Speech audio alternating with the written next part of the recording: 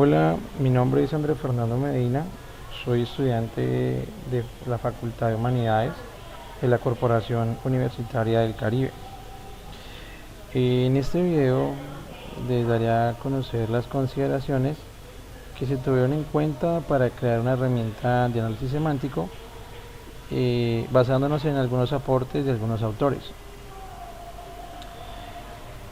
Los autores conciben que uno de los problemas del lenguaje, como el español o el inglés, es la ambigüedad.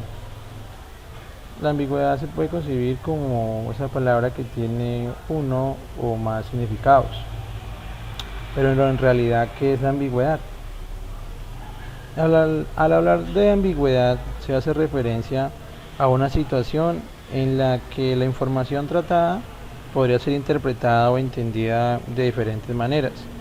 En otras palabras, ambigüedad es cuando una oración o palabra puede aludir a distintos significados o interpretaciones. Dentro de la ambigüedad podemos encontrar algunas subcategorías, como lo son la ambigüedad léxica. La ambigüedad léxica de una palabra o una frase consiste en los múltiples significados que ésta tenga. La ambigüedad sintáctica se da cuando una oración o una frase compleja puede ser analizada de distintas formas. La ambigüedad fonética ocurre cuando hablamos, y cuando se habla las frases pueden contener diferentes ambigüedades. La ambigüedad semántica aparece cuando un concepto o palabra o un significado tiene una definición difusa, ya sea en el uso informal o en el uso generalizado. Así como acabamos de hablar de ambigüedad, también debemos conocer la terminología de la palabra desambiguación. Pero para tener en cuenta o conocer qué es la desambiguación, debemos partir primero de algunos aportes que nos dan algunos autores. Por ejemplo, Navigli considera la desambiguación como una habilidad computacional. Juraski y Martín la conciben como una tarea de clasificación. Helmut y Sidorov conciben la desambiguación como el proceso de escoger un sentido para una palabra usada en un texto. Esto nos lleva a concebir que la desambiguación como el proceso de asignación de un determinado sentido a una palabra, y en este proceso de determinar el sentido correcto dependerá del contexto donde se encuentre la palabra y las fuentes de conocimiento externas a las cuales se tengan acceso.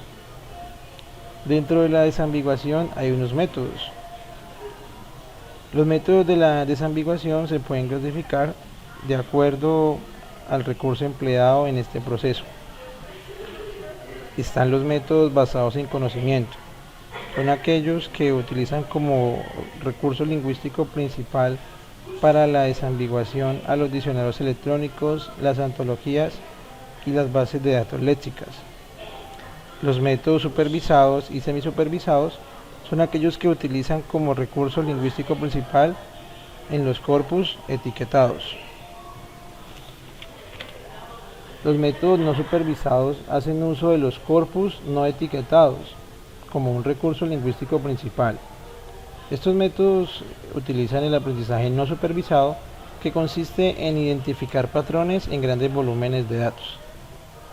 Estos métodos no disponen de sentidos de forma explícita y el proceso de desambiguación se reduce a diferenciar el uso de las palabras discriminando entre los grupos. A este tipo de métodos se le conoce como discriminación y constituyen una tarea de agrupamiento. Considerando lo anterior, aparece el análisis semántico latente, el cual se concibe como un método de discriminación. Esta técnica está basada en procesos estadísticos, de tal forma que la palabra de los textos son transformados en un conjunto de vectores para luego aplicarlos de una medida de similitud entre estos.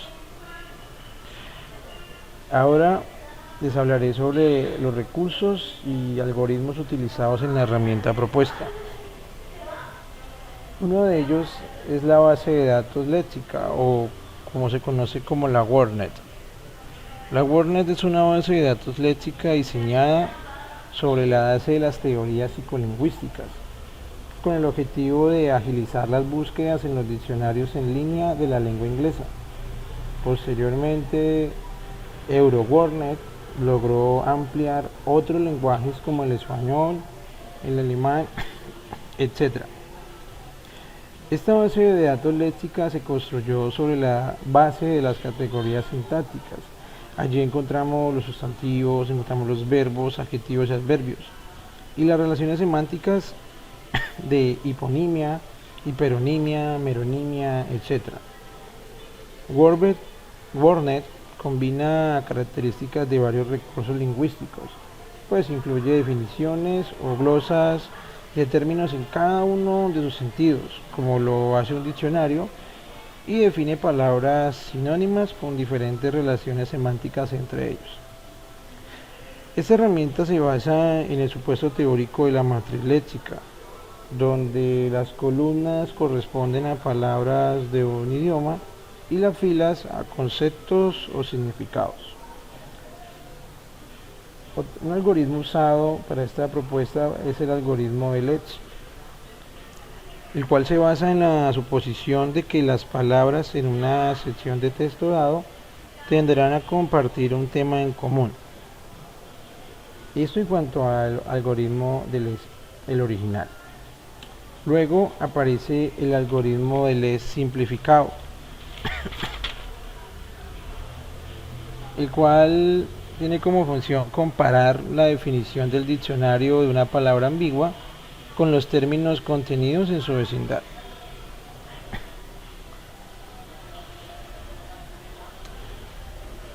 ¿Cuáles fueron las consideraciones de diseño que se tuvieron para esta herramienta?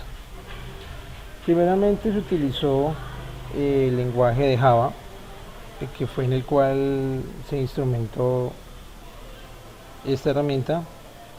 Su desarrollo y sus pruebas se iniciaron mediante el sistema operativo de Windows. En la aplicación se adaptaron dos recursos lingüísticos fundamentales para su funcionamiento. Principalmente se trabajó en los idiomas de inglés y español. Para el inglés se utilizó la versión 1.5, la cual es configurable por el usuario. Además implementó un algoritmo de búsqueda para disminuir el tiempo. Mientras que para la versión en español se utilizó la versión 1.6 a través de una base de datos, pero como esta carecía de muchas glosas, no se realizaron experimentos, debido a que las variantes de Let's se basan en las definiciones de los términos. Para configurar el idioma se tiene un fichero que es editable y responsable de manipular las propiedades del sistema. Y por último se utiliza el patrón de diseño, el Factory Method, para adaptar nuevos recursos a la herramienta. Ahora veremos un esquema de diseño, o el primer esquema que se diseñó, que fue para la lengua inglesa, para cual en primera instancia fue diseñado. Como ustedes pueden ver, aquí vemos el esquema, el cual lo voy a explicar de la siguiente manera. Se observa el enumerado type file, encargado de definir las distintas categorías gramaticales existentes en la base de datos léxica WordNet. Allí, como lo mencionaba anteriormente, se encontraban los adjetivos, los adverbios, sustantivos y verbos. Y a su vez, las clases, el Data File Format o Index File Format, son las encargadas de cargar los ficheros provenientes de las bases de datos léxica en memoria interna para que los algoritmos implementados hagan uso de estos. Los algoritmos que se implementaron son los siguientes: Let's original y la adaptación propuesta por Barnett, que encierra dos enfoques, de manera ámbito global y en el local. Todos los algoritmos implementan una interfaz que contiene un método encargado de la definición del proceso de desambiguación, donde cada algoritmo se implementa según sus categorísticas. Los patrones de diseño son la base de la búsqueda de soluciones a problemas comunes del desarrollo del software, particularmente los que emergen producto